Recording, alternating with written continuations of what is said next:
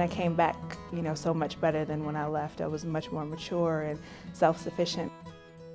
The scope and magnitude of what these children can experience beyond their borders is phenomenal. Not only studying abroad do you get to go to school, but there's a lot of self-discovery. There's going to be a lot of great outcomes from this experience, and most importantly, I think she received even more of an education and grew up as a person.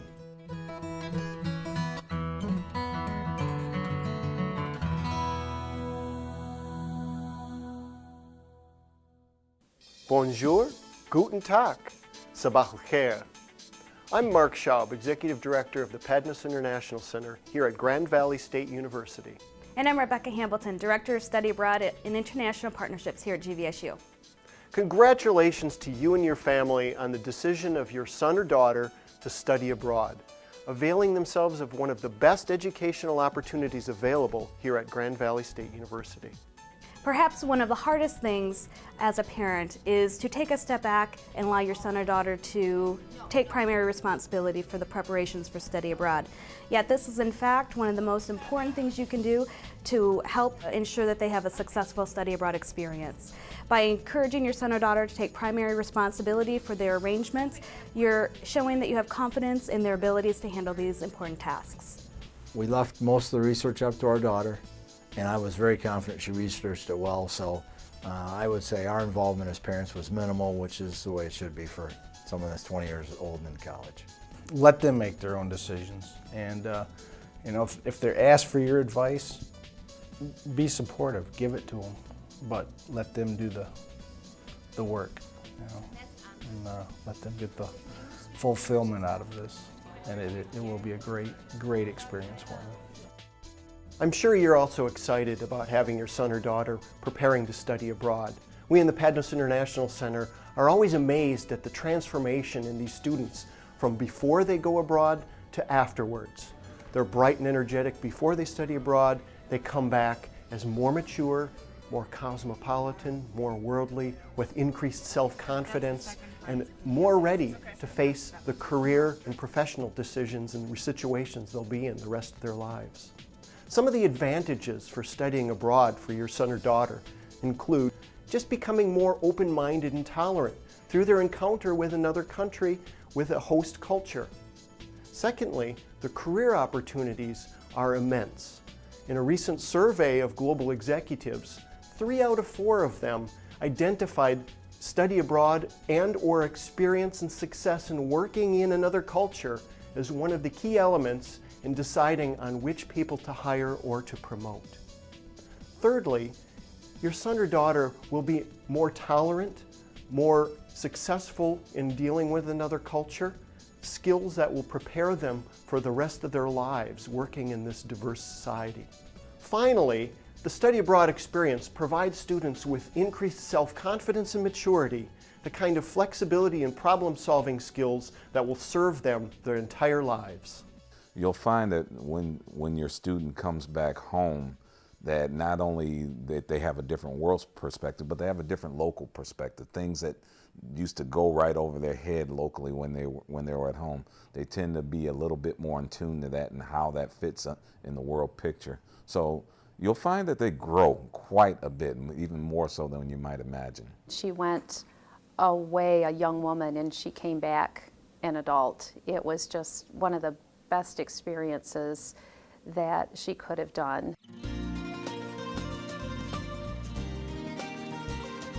The fact that that experience will be on her resume, will be in her back pocket indefinitely for the year, the 2, the 3 years that we were challenged with helping to make it happen, it's just invaluable. I can't stress that enough. And again, the resources, when one searches the internet, works through Grand Valley. Grand Valley was absolutely wonderful. I would say at this point in time, the students should have some type of estimated budget from the International Center to go over the actual cost for their trip. So I would definitely encourage families to sit down with their son or daughter and actually go over what their estimated cost would be for their program. Financial aid is available for all students that go on a study abroad trip in the fall, winter, and spring, summer semesters. The FAFSA priority deadline is March 1st of the academic year prior to your attending the trip. FAFSA is the free application for federal student aid. It's a government form that parents would fill out with their students in order to see what they're eligible for the next academic year. There are federal financial aid, there is state programs. We also have some scholarships that require, some scholarships and grant monies that require a FAFSA to be on file, and that can be done online. If you're sitting down and you're looking over your budget and after your financial aid is subtracted, you still have costs that are left after that, we do have some alternative loan options. Those are our private lenders. They often require, usually the loan is in the student's name and then the parent would co-sign on that. Those options are available at our financial aid website, gvsu.edu/financial aid. I would say one of the best ways that parents can serve as a resource to their son or daughter is just to sit down with them, create a detailed budget so the student can stay on track over the course of the semester while they're abroad. Parents need to keep in mind that they need to check their own resources that are available, the companies that they work for. I'm a General Motors employee and there's X amount of dollars that are available for education resources as far as General Motors blue collar employees. So it's wise for us to keep an open mind, not to say that what we can't do, but find a way to do what we can. Look at these avenues, where you work, your communities, your churches are another avenue that needs to be explored. I'd like to talk to you now for a moment about the safety and security of your son or daughter while studying abroad. As a parent of a study abroad participant myself, I share your concern about safety and security issues for your son or daughter while they're studying abroad. Keep in mind that over 220,000 American students study abroad annually, the vast majority of whom have a very safe and secure experience.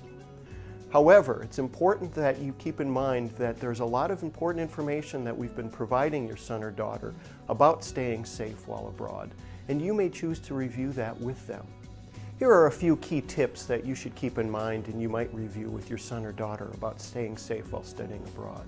May I have an emergency plan? How are you going to communicate with your son or daughter if there is a natural disaster or other political situation in that home country? Please don't hesitate to call the Padnos International Center as well.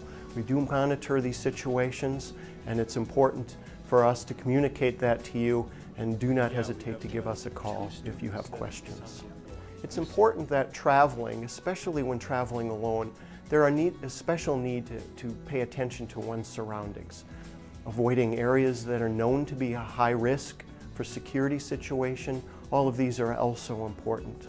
The most significant thing that your son or daughter can do to stay safe and secure abroad is to pay attention to their use of alcohol and drugs. Certainly illegal drugs have a number of implications politically as well as safety. And alcohol abuse can tend to put a student in a harmful situation, whether being a victim of a crime or putting themselves in a situation where their judgment is impaired. We do monitor the U.S. State Department website, and I encourage you to take a look at the State Department travel warnings yourselves. For each country that we have students abroad, there's a safety and security report on the U.S. State Department website, as well as travel alerts that are regularly updated. And we also do not tend to send students to countries in which there is a U.S. State Department travel warning. Consider getting a passport of your own. It's something that would help give you peace of mind so that you can see your son or daughter should an emergency arise. Following these tips, and certainly communicating with your son or daughter before departure and while they are abroad, will help ensure that your son or daughter has a safe and secure study abroad experience. She had friends over there already that she was meeting, and I told her to get with them, as a group first, and to get to know where you're going and things like that, get familiarized with things before, venturing out on your own. Basically, I told her that when I email, I'll expect you to respond. Don't have us freaking out, so make sure within a day you respond to us. And that's more or less how we did it. We didn't want to bother her either. We didn't want to bug her every day. We didn't want to do any of that. So I would say once a week we touch base with her. Since not all locations offer equal access to healthcare services, we encourage students to assess their medical needs well in advance of studying abroad. We encourage all students to meet with a primary care physician and discuss any treatment plans and implications for their study abroad experience. In addition, we encourage students to contact their primary health insurance provider to ask a few questions on what they're covered for while they're studying abroad. Consult our website at www.gvsu.edu/studyabroad for additional information on health and safety issues. When students go abroad, there's many things as culture shock. One is adjusting to new environments, whether it just be the temperature or the weather or the seasonal change. They may leave here and it's summer and they get over there and it's winter. Adapting to languages, trying to understand the language that they're in, to even how to do transportation, learning how to use a subway system or a taxi system that they may never have had to use here in the United States. So I think those kind of day-to-day kind of adjustments can be a part of that culture shock for students when they first get to a new country. For parents, it's really important to kind of get used to how to know what those things are, and kind of recognize that this is a normal part of that adjustment process. I would say the 6 to 8 week mark is probably the time when she experienced some homesickness. She'd been there at that point long enough for the newness to wear off. She did go in the winter, so it was still cold, it was gray, it was snowing or raining, so it was kind of bleak. That I would say was her lowest point. That was the time when we talked more often on Skype, when I would send funny little notes to her, little jokes, little cards, e-cards, that sort of thing, so that she would get them instantly. When students are kind of nervous and anxious to go, they're almost the same coming back because they've been in a culture, they've been away for several weeks to several months, and they've become part of that culture, they've become part of that life there. And now that they readjust coming back to the United States, and many of the students here have talked about coming to terms with things are different. Here in the United States, we're so much more privileged. We may have so many more things that they didn't have and they got used to not having. The pace of life is different, not feeling so rushed and so overwhelmed with demands may be different there than they are here. Now they're getting thrown back into that. So for parents, it's really important to recognize that while you may be excited to see them and have them back home, it may be hard for them to want to be back home right away. So be prepared for the change that's going to be. That child that left here is going to be an adult when they get back. Absolutely. And I remember the days following her return from most trips, and we would hear things like, wow, it's really boring here. Wow, things are just really kind of polarized here, aren't they? Wow, people just don't come and go like other countries. One of the first things parents can do is to be prepared and learn and be knowledgeable about the culture, the process, and everything else that the students are probably going to be going through. Then I'd say it's really important to talk to your students, maybe help talk them through stuff, but don't do stuff for them. So we want to empower the students because this is a part of the process of growth for them versus just jumping right in and taking care of everything for them. So maybe being a sounding board, being a place to listen, maybe problem solve with, but not to actually take the steps for their sons and daughters is really helpful a lot of times. Many parents ask us in the Padnos International Center about coming to visit their son or daughter during their study abroad experience. Keep in mind that the primary objective for your son or daughter to be studying abroad is the study component. Interrupting them during their study term might be a hindrance to their academic progress. If you do decide to go abroad, and we do encourage you to consider this, go towards the end, or even better, after the end of the academic component of their experience. At that stage, you will not be interrupting their studies, and you will have a son or daughter who is a local expert that can guide you through your own wonderful study abroad experience. The one thing that I would encourage parents to do is to invest in a webcam. And we also downloaded some software called Skype, and it was a way to maintain that family contact. She was gone during the winter semester a year ago, so she missed Easter, birthdays, anniversaries, but we talked on each of those days on the webcam. We could see her, she could see us, And it wasn't just our immediate family, but grandma and grandpa and aunts and uncles, and the whole family got to participate.